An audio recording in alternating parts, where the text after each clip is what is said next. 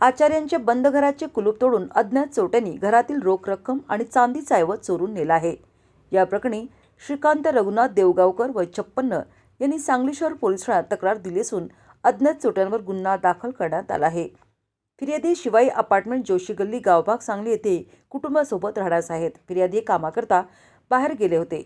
शुक्रवारी 2:15 ते 2:45 वाजण्याच्या दरम्यान फिर्यादीची पत्नी त्यांच्या राहते घरास कुलूप लावून आदिशक्ती अपार्टमेंट विसावा चौक गावभाग सांगली येथे महाशिवरात्री निमित्त रामाचा जप करण्यासाठी गेल्या होत्या। दरम्यान कोणीतरी अज्ञात चोरट्यांनी घराचा बंद दरवाजाचे कुलूप कशाने तरी तोडून घरात प्रवेश करून घरातील तिजोरीतील रोख 55,000 रुपये आणि चांदीची एक जोडवी असा एकूण 56,000चा मुद्देमाल चोरून नेला। फिर्यादी यांच्या पत्नी रामाचा जप करून घरी परतल्या असता चोरीचा प्रकार उघड झाला। त्यांनी याची माहिती फिर्यादी यांना दिली असता फिर्यादी कामावून घरी परतले असता त्यांनी सांगली शहर पोलीस ठाण्यात तक्रार दिली असून पोलिसांनी घरफोडीचा गुन्हा अज्ञातावर दाखल केला आहे।